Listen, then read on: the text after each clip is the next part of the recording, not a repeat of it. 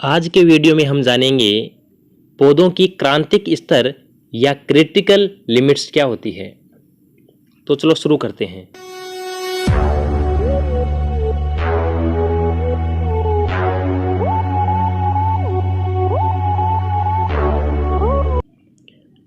मृदा व पौधों में पोषक तत्वों का स्तर फिक्स होता है। यदि वह स्तर कम या अधिक होता है तो पौधों के लिए वो हानिकारक प्रभाव डालेगा।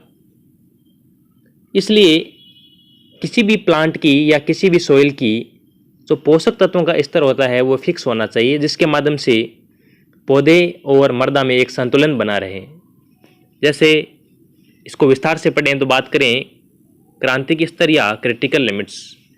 मृदा व पौधों में पोषक तत्वों का एक ऐसा स्तर होता है जिसमें पौधे एवं मृदा में अवशोषण से यदि कम मात्रा में ग्रहण कर लेते हैं तो पोषक तत्व की मृदा व पौधों में अत्यधिक कमी प्रकट करती है, और इसी को हम क्रिटिकल लिमिट्स कहते हैं। क्योंकि जितना मात्रा में पौधों को या मृदा को पोषक तत्व की आवश्यकता होती है उससे यदि कम है तो वो उस पोषक तत्व की कमी को प्रकट करेगी।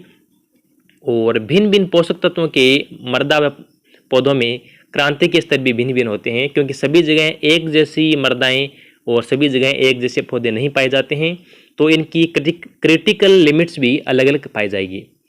तो अलग अलग पोषक तत्वों की किस प्रकार से क्रिटिकल लिमिट्स पाई जाती है वो हम विस्तार से पढ़ते हैं। पादप पोषक तत्वों के मृदा व पौधों में क्रांतिक स्तर क्या होता है।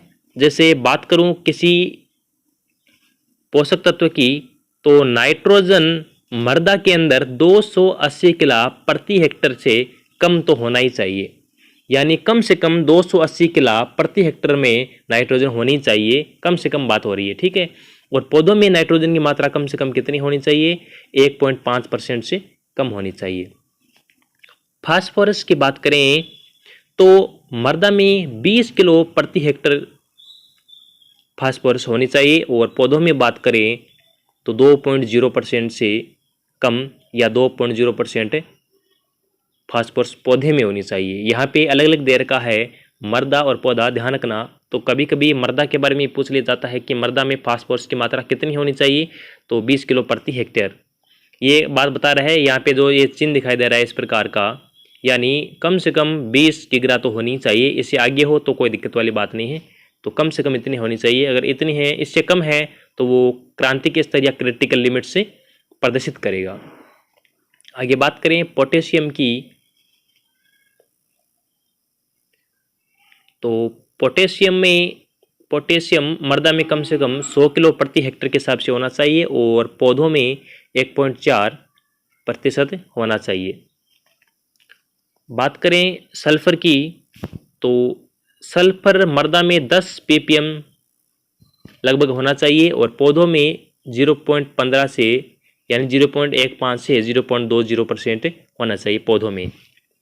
कैल्शियम की बात करें तो कैल्शियम CEC 50% होनी चाहिए, और पौधे में ये मात्रा 0.20 होनी चाहिए। मैग्नीशियम मृदा में 4% CEC होनी चाहिए, और पौधों में 0.10 से 0.2% होनी चाहिए। जिंक जिसकी मात्रा मृदा में 0.60 ppm होनी चाहिए, और पौधों में 20 ppm होनी चाहिए। मैग्नीज मृदा में 2.0 ppm होनी चाहिए, और पौधों में भी 20 यानी 20 ppm होनी चाहिए। कॉपर की बात करें तो कॉपर मृदा में 4.0 ppm और पौधों में 4.0 ppm होनी चाहिए। बोरोन की बात करें तो बोरोन मृदा के अंदर 0.5 ppm होना चाहिए, और मृदा में 1.0 ppm होना चाहिए।